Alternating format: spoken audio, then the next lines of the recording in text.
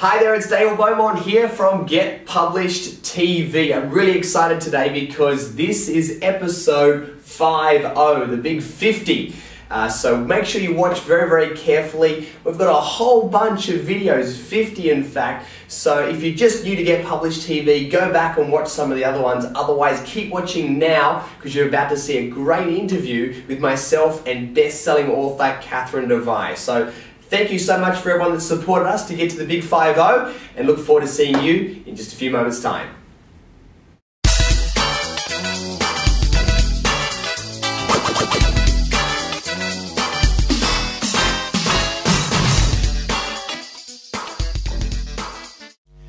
Hi, I'm Dale Beaumont and welcome to Get Published TV. This is the only dedicated show on the internet to help you to write, publish and market your own best-selling book. Now, as you can see, we're on the blue couch today, and that means it's time to chat to a fellow published author. Her name is Catherine DeVyre. She's the author of not one or two, but 8 books, and has a career in book publishing spanning, can I say 2 or 3? No, 2 decades, which is really exciting. So we're going to get some perspective on how things were in the good old days and also how things are now, because there's a lot of changes in the world of publishing, and we're going to be talking about some of those as well. So thanks for giving up your time and great to be here, share your experience. Happy to share. Tell us about how it all started. Tell us about the very first book that you produced and what inspired you to write it. Well, the very first book I produced, I'm not sure if I'm supposed to look at the camera or look at We're going to look at both. Okay, well look, the very first book I produced was called Sports Promotion and Marketing, which is almost an embarrassment now, because it came about, I was the director of sport for the Victorian government, started the Life Be In It campaign. Right. And I never had enough money to give to sporting organizations with worthy causes. I was known as the woman who always said no. So I decided to write this book to help others get money themselves through sponsorship and media coverage. So it started out as a manual that evolved into a book, and that was like 25 years ago.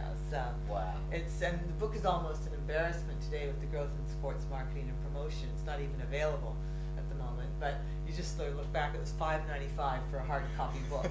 So you can see how it was a few years ago, but it's every now and then I get an email or something from some minor sporting club saying help them with a fundraising thing. So yeah, fabulous. So what was it like producing this book? Was it? It was great. It was launched by Frank Tyson, who was a very famous English fast bowler, but wasn't involved in the production of it. It was all done by the Victorian government. I didn't receive a cent for it because I was a public servant.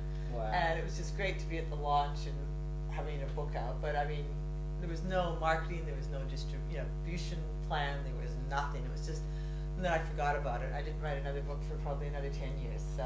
Wow, so 10 years had gone by, and you moved then from working for government into the corporate sector. Yes, I did. So tell us a bit about that, and then how did you make the leap to book number 2? Well, I was working for IBM in Japan, and I had a number of expat families out there, 600 expat families, so we wrote a manual for the families in terms of living and working in Japan. And other companies in Japan, other than IBM, wanted to get a hold of the book. So it then became the manual. So then when I came back to Australia, we turned it into a book with HarperCollins, and it was just a guide to living and working in Japan.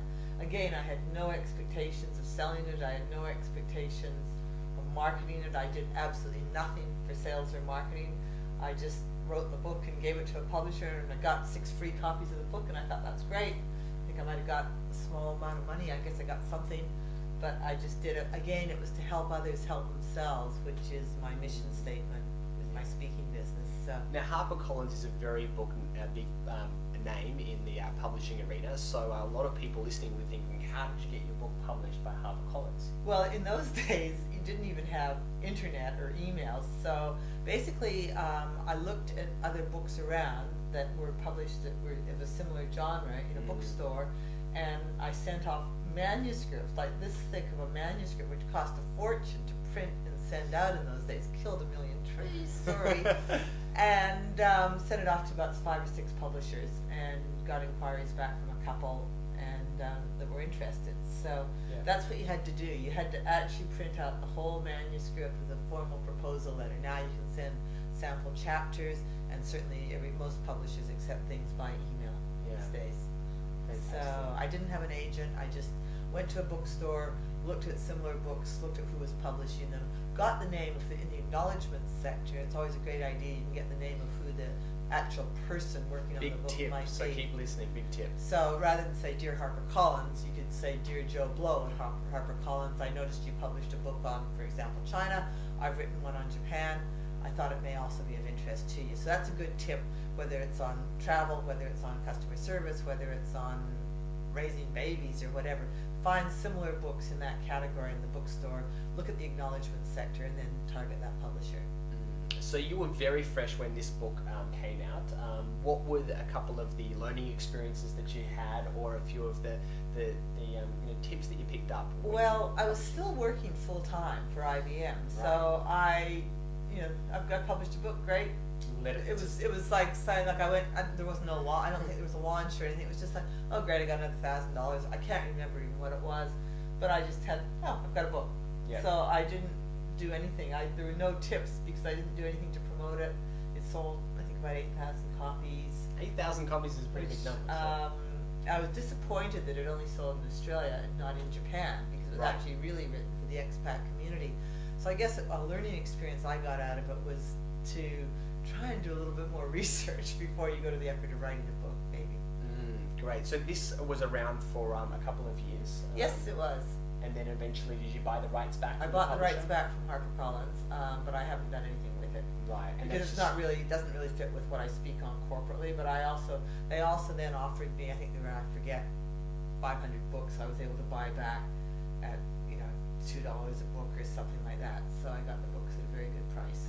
But I don't really sell a lot of that book at any of my events. So. Okay, so then it was another gap, I'm guessing. No, almost simultaneously within a couple of months. Okay. When I was living in Japan, I became very committed to the whole concept of customer service, because the word customer translates into honored guest in one's home. And when I came back to Australia, I realized we had to lift our game. So I wrote a book on customer service called Good Service is Good Business. Again, went through exactly the same process, sent it out to 5 or 6 publishers, and I actually, much to my surprise, had 3 publishers bidding for the book. So I was able to negotiate with them. And I was also told, by that stage I was interested in writing books. I was told, you need an agent, but I never quite got around to getting an agent at that stage. And so Good Service is Good Business was picked up by Prentice Hall, which became Pearson. And it became the #1 best-selling business book in Australia on the Divick's list. And it's translated into about a dozen languages, including Chinese and goodness knows what. And again, I didn't do anything to promote it or market it. Prentice Hall did. They hired a publicist, and Nick Greiner launched it. And then that really launched my speaking career. And I didn't even get a penny advance for that book. But I've subsequently got royalties, and a really good thing, if you ever get a contract with a major publisher, put in your contract that you might get 8% royalties for the first 2,000, and then 9% for the next 10,000, and 10% if it sold 12,000, 11, 12, 13% based on the volume of sales, because then that reduces the publisher's cost, because most of their work is spent in the design and the editorial and things like that. So if you ever go to a major publisher, make sure you have a sliding scale, so that the more the books you sell, that you benefit from that as well. And it's a win-win situation for the publisher and for the author. So negotiate, negotiate, negotiate. Yes. Which is a big, big tip. So this is important to talk about this, because customer service, when you wrote this, wasn't as mainstream and as well known as what it is today. And so you seized on an emerging trend at the time. Yes. And you were able to get a book, and you kind of had ridden that wave. Well, I was absolutely passionate about the concept of customer service, but when I was back in Australia, I realized all the books written in Australia were American. There were no Australian books on customer service. This was the very first Australian book on customer service. So that's why the publishers were interested, because I didn't understand the marketing of it and the demand for it in the marketplace. I just had a gut feeling. But publishers knew that there wasn't an Australian book, so it was actually marketed by the publisher as the first Australian book on customer service, with customer service case studies. And there's lots of references to some of the top-selling American books on customer service as well. Because I think sometimes if you're writing a business book, it's totally okay to quote references from other people, as long as you make sure you give them credit. There's nothing worse than plagiarism. But if you quote a book someone and you get permission to do that, that adds substance to your own argument, your own theory. That's a really big tip there, because if you're wanting a point of difference, and every book needs to have a point of difference, one of the ways is to look at emerging trends from the US and then to be the first to write about that topic in your local market. So if you're in Australia or if you're in the UK, a friend of mine who's in one of my books, he wrote the very first book on email marketing, the first Australian book on email marketing, because there was obviously a lot in America before that, but he wrote the first and got a lot of coverage from that. And he wrote the first book on customer service. And also, but if you're living in America, you may be thinking, well, what is there for me? You could do the same thing in reverse as well. Absolutely. And I know a lot of people that have written books about the business principles of the Japanese, and they've now taken that back to America. Exactly. So there's different ways in which you can. And yet, 10 years ago or 20 years ago, people would have said, "Oh, who wants to learn about Japan because their products are cheap and nasty." Even 5 years ago, people would say, "Who would want to learn about China?" But now, again, that's emerging a lot. So I think it's a matter of looking for trends. And mine was really subconscious. I didn't target it, but as you say, that's something that people can do. And I know another person that is writing books at the moment, and he's looking at the emerging markets of, I think, BRIC, Brazil, Russia, India and China. Yes. And so those countries are, I think at the moment, America is, X percent of the world's economy. It's very large, but that's going to diminish significantly over the next 15, 20 years as all these other countries come out of the third world and into the first world. So there's a lot of trends out there, and if you can be the first to market with a particular topic as you've done, then you're always going to do really well. So there's a big tip there. It could make someone a lot of money, so I hope you're watching very carefully. And it was more good luck than good management in many ways. I thought, gee, there isn't anything here. I didn't really look at it as sophisticated as you've just verbalized it, Dale. But Okay, so you wrote this book here, which is Good Service is Good Business. And we're just going in, that's the second edition, and we're going into a third edition probably in about 2 or 3 months' time. But it's been around for 17 years, but a lot of the stuff is timeless information. And I think that's another important thing when you're writing a book. Don't just hook onto a trend that might only be around for 1 or 2 months or years, but try and look at doing something timeless to keep the book on the shelves, because most books don't stay on bookshelves for more than a year. And the other point that I want to make, because some people say you can't make a lot of money from doing books, or you don't make much money, and that's true to a certain extent, but the thing that I love about book publishing is that we wrote a book, for example, the first book that I wrote was called The World at Your Feet, and we haven't touched that book in 8 years, and it still continues to sell. So from a return on investment point of view, you invested a couple of months of your life to put this together, and you've been selling it now for a couple of years, actually. A couple of, okay. Well, probably a couple of years. A couple of years to put it together. I'm a slow writer. But just chipping away, and you obviously didn't do that. I had a full-time job, so it was just a hobby almost, the first 3 books. But you've been selling that now for 17 years.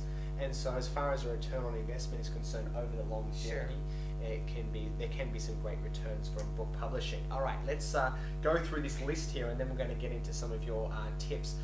You wrote this book here, which is the Customer Service Zoo. So funny title.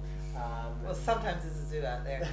Tell us about it. And it's just a simple parable of a guy struggling with some customer service issues, takes his daughter to the zoo, and comes up with some very simple animal parables, because Good Service is Good Business was written as a strategic business book for managers and supervisors. My publisher saw a gap in the market for something with frontline people, for almost a book for people that don't read. So it had cartoons in it, and like it's an A to Z, like A for egg, monkey see, monkey do, Z for zebra, and all situations with customers aren't black and white, and just some varied. So one was for management, and one was again a different part of the market for people that are delivering frontline service. So, and that's another good tip as well, is that even though you've got the topic area essentially on customer service, you can write to different levels within that particular industry. You can look at the CEO viewpoint and versus the senior and middle managers, and then you've got the frontline staff and employees as well. So that's another good way of getting a lot more leverage out of what could be the same body of information. Yes. So really good point there. All right, let's go through and talk about the next book, because you've... By now I'm starting to think I might be a writer. So there's 1, 2, 3, 4 books that you've done, and then you've gone into a different topic area it's called Hot Lemon and Honey. First of all, different title. Why did you go with this one and this title, and what's the book about? Well, this is more of it's a half business book, half self-development book. And what happened, because I was now speaking for a number of years on customer service, and that's where I earned most of my revenue, because there were lots of speakers starting to emerge on customer service, but nobody could say they had a #1 best-selling book on it, which mine was on the Dimmicks bestseller list. So that really, even though I may not have made a lot of money from the book, although it's now been translated into a dozen languages, I made a lot of money on the speaking circuit, because that book really gave me a street cred. So then my clients started saying, look, we loved your presentation on customer service, but we're going through downsizing, restructuring. Do you have anything you can give us on change? So I started speaking on change, and then subsequently wrote a book, Hot Lemon and Honey, which we marketed as the first business book of the new millennium. It came out in 2000. Another good tip as well. So again, just trying to market it. It wasn't so much a gimmick as such, because the book we thought had substance. It was, at that stage, I'm thinking people don't have a lot of time to read. So we made this one 52 short little chapters with a different thought for every week of the year. Right. So it was just bite-sized bits for people to get, and that was with the same publisher that did the last one, and it came out as the first business book of the millennium in Australia in January 2000, and it sold out within 6 weeks, so the first print run. The same publisher was also publishing Harry Potter, and so when it went back to be reprinted, it took 3 months for the book to get back on the shelves, and lost a lot of momentum, because it's another important tip: don't do any media, don't get any momentum unless you've got lots of stock. And I totally understand the publisher's point of view, because would they rather sell 10,000 more business books or 100,000 more Harry Potters? And so they had their resources committed, and that was just a bad timing thing. It was a great publisher, and so the book lost its initial momentum. It just took off like hotcakes, and then when it was out of stock, readers would get they'd read the magazines. Oh, I get this book. They'd go into a bookstore and buy somebody else's book, because they just were in the market for a book.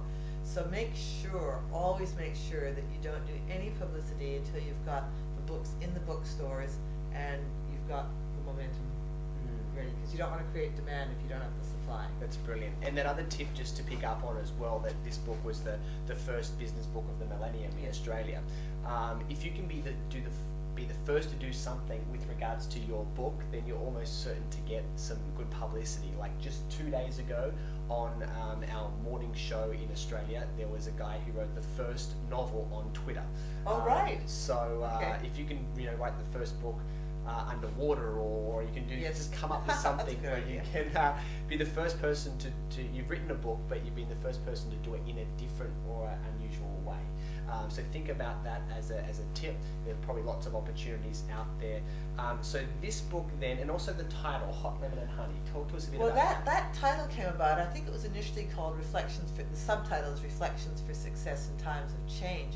But the title came about as a collaboration with a great relationship I had with the publisher, which was Allen and Unwin, and they're Australia's largest independent publisher. And the title with all of my books has been almost the last thing that's come out of it. There's been a working title, and we were just bouncing around some of the ideas for the title, and it was like Reflections for Success in Times of Change, first business book of the millennium. And it's not just a business book, it's about getting balance in our lives. It's about making a living and making a difference. And Jack Canfield, the author of Chicken Soup for the Soul, gave me an endorsement for it, as did Sir Edmund Hillary. And there's another tip: if you know anyone who's better known than you, that will give you an endorsement for a book that you can put on the front cover, that will help sell books.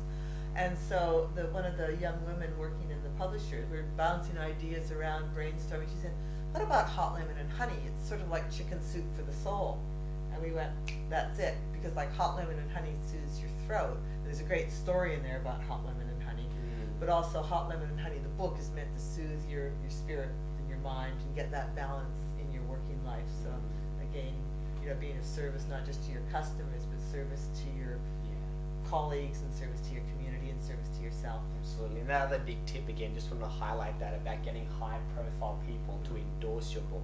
So Sir Edmund Hillary, I'm guessing most people should know, but first man to climb, or first person to climb Mount Everest, and also Jack Canfield and Mark Victor Hansen, the creators of the Chicken Soup for the Soul series. Yes. And I think last count they've sold over 130 million books or something. I haven't sold quite that many. We've both got a long way to go. However, getting high profile endorsements is really important to the success of your book. And even if you don't wait until your book is finished and it's the last thing that you do, if you've got some relationships there and you can get it before you approach a publisher, that may actually help to tip Oh, them over the absolutely.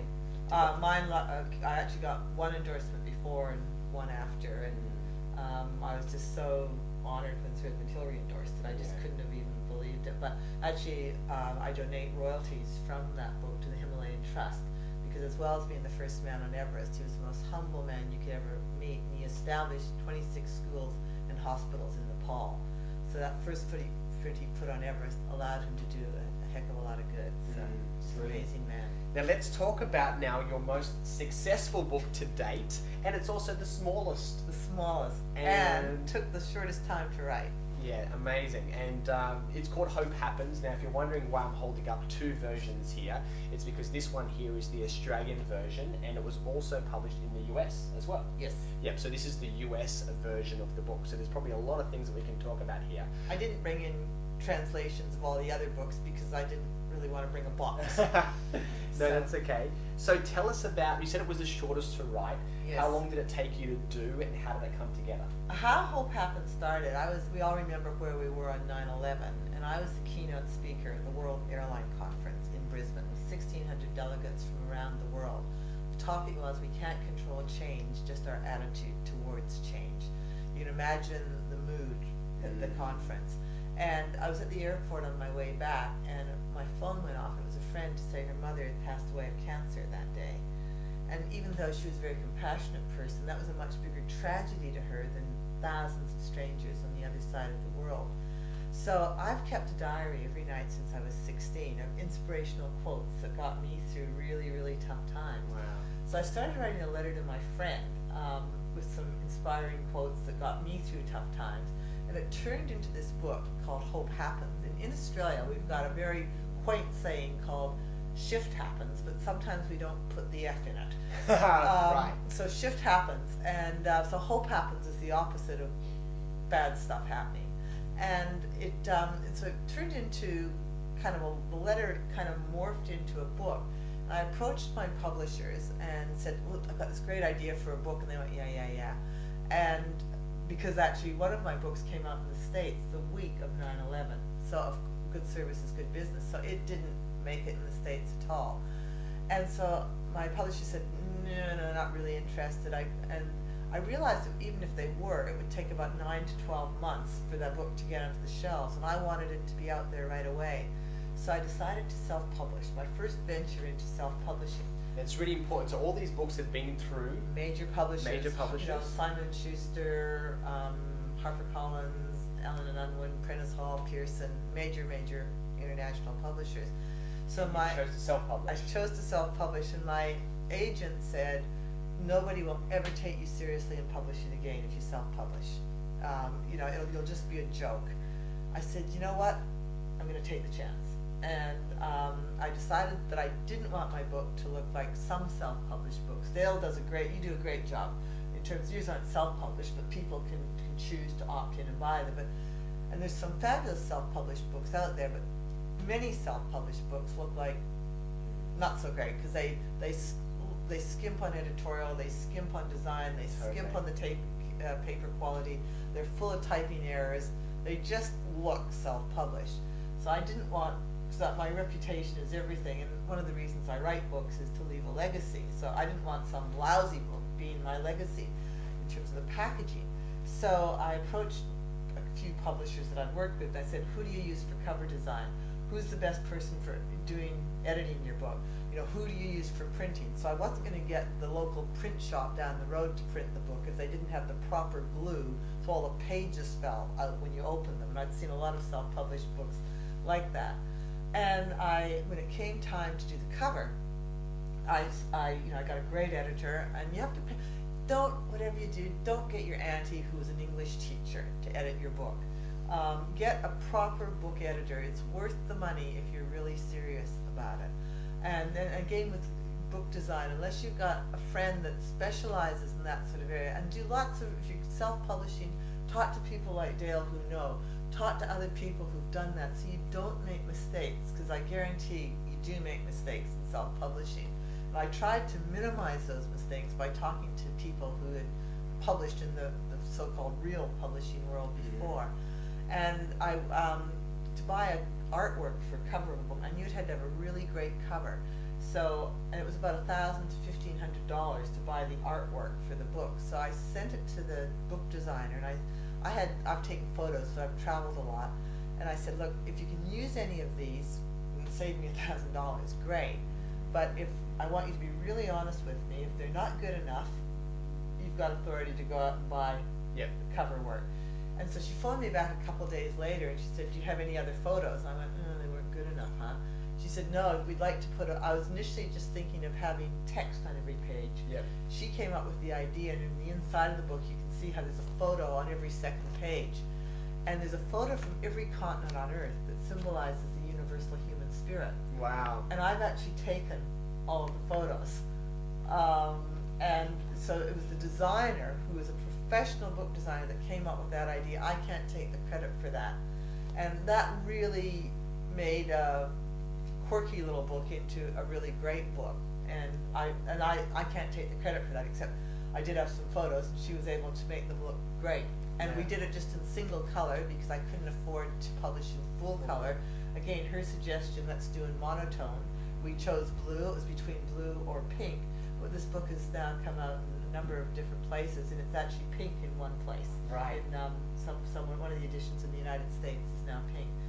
So with that book, and then I had to find a distributor, and the distributor said, no.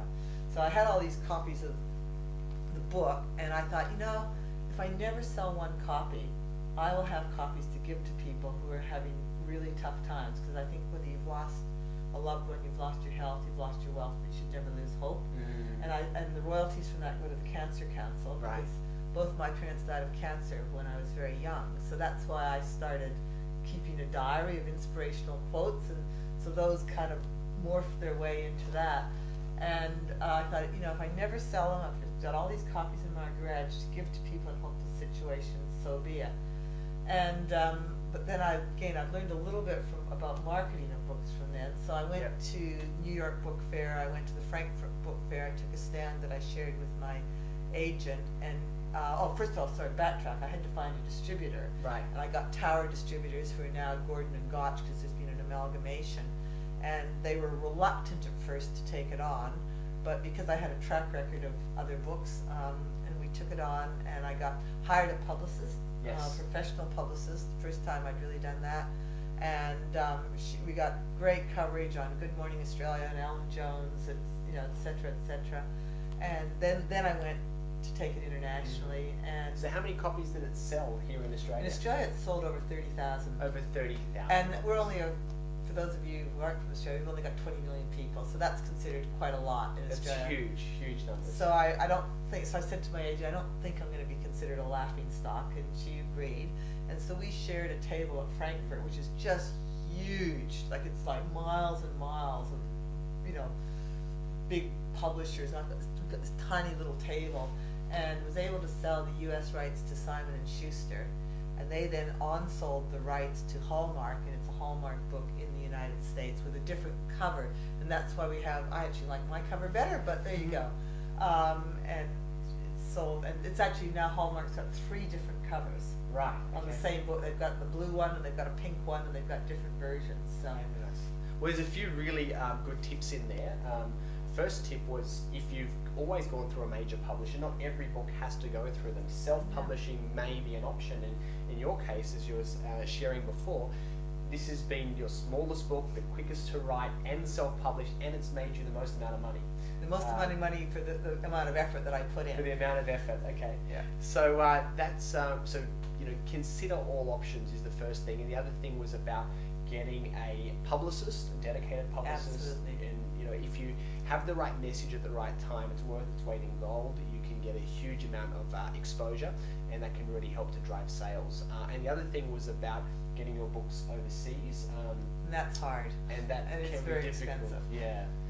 So it's an investment that you may not recoup, but I looked at it as an opportunity to see those countries and do those things as well. And I then subsequently, when some of my books with major publishers have been remanded, i.e. they're no longer in print, because I'd had the experience with that, I've developed a relationship with a printer, so I now can self-publish the book without having to do the editorial on that, which was done by a major publisher. So that's because I earn a lot of my book sales are selling the books after I speak at a conference, and by self-publishing you actually get more return on investment, whereas the average author gets 10% of the net sales of a book. So if a book sells in the bookstore for $20, the net to the publisher might be 10, and the author might get 10% of that, which is $1. So, but if you self-publish, even though you have to put the money up front, and there's a risk that you could lose it all, and you don't get the same exposure, and you've got to invest in a publicist and proper editorial and things like that. If it works, the ongoing costs of the book when you reprint do become much more financially viable, but only if you've got good distribution channels. Yeah, absolutely. Now we're going to quickly move on before we wrap up and talk about your latest and greatest book, and this is a completely different category altogether, which is a memoir. So what I'd like to do is actually, if it's okay, do another episode of Get Published TV, because I know a lot of people out there have asked me about writing a life story or a biography or a memoir. So I know that you've had a lot of experience and you've learned a lot through it, so we're going to talk about that separately. But just in a nutshell, tell us a bit about this book. And we didn't even mention at the beginning that you're also Canadian as well, if you haven't already worked out from the Canadian by birth, Australian by choice. So you may be watching this over in Canada, because this book has been sold in Australia and also in Canada. So yes, but a different title in Canada. In Canada it's called Serendipity Road, which is a much stronger title than this because it's more easy to Google. Whereas this is the one thing I don't like about this book is the title, because it's very hard to Google. But basically, just how the last book took me a few months to write, this took 17 years to write the memoir. So it was a memoir that was helping other people and wasn't self-indulgent, I said. And that's with Random House, which is the largest English publishing, well, it's the largest publisher in the world. And in case you haven't worked it out, the reason why there's two titles is if you go with the publisher, they decide what the title actually is. So Catherine wanted something different, but that unfortunately didn't happen. So that's, again, you've got to weigh all these things up. There are pros and cons of each. One's not better than the other. But if you go through a major publisher, in this case Random House, they make those editorial decisions about what chapters go, what chapters stay, what the cover's going to look like, and also the title of the book as well. So that's true. And in terms of writing a memoir, I was no way I would have self-published a memoir, because it would have been seen as indulgent, and also I was too close to it. I really needed an editor to say, that's a load of rubbish. That's not peripheral, it's not major to the story, it doesn't move the story forward. I go, oh, that was my friend, and it was really, that rubbish, who cares? And so you really need a really strong editor to do something like that, so that it's different if you're writing a memoir just for your family and friends, but if you expect a memoir that's going to sell, it has to be really universal and not ego-driven, and that's where a really great editor. Okay, so we're going to talk more about writing a memoir in another show, so please keep watching Get Published TV. Just before we wrap up, I know it's so hard to summarize because there are hundreds of things that you can talk about now, but have you got 1, 2, 3 tips for people, or any last minute words of advice or hope for people out there that want to get their own book in print? Do it. People say to me, how do you write that many books? One word at a time. And people say, I don't have time to write a book. Yes, you do. And if you believe in the book, you've got the time. You have to make the time. The number one thing with being a writer, some people have a natural gift, a natural skill, a natural ability. I don't think I'm one of those people, but I'm one of the most persistent people that will persevere through. And I used to set myself, for all of my books, for most of them I had full-time jobs when I was writing the books. I set myself a target of how many hours a day I would write, but I couldn't write every day, so I set myself a weekly target of X amount of hours. And if come Saturday night I hadn't met that target, I would write through the night to meet that target. And I think the number one thing as a writer, unless you're extraordinarily gifted, which very few of us are, is to have that discipline and write one word at a time. Brilliant. Well, that's a great quote to finish on, one word at a time. Thank you so much for coming in and for sharing your experience of writing 8 books, and I'm sure more in the future. Well, it's great that you're helping lots of people get their books and their stories out there through what you're doing, through your series as well. So it's good on you. Thank you. And please leave us your comments right now. If you're on getpublishedtv.com, then there's a button underneath the video, and leave us your comments, or if you've got a question that you'd like to ask as well, then we'll be sure to cover it on a future episode of Get Published TV. You can connect with us on Facebook, Twitter, through iTunes, and you can watch episodes like this on your mobile phone as well. So lots of fun stuff, but stay connected is the bottom line, and we look forward to seeing you again on another episode of Get Published TV. Thanks so much. Thanks, Dan.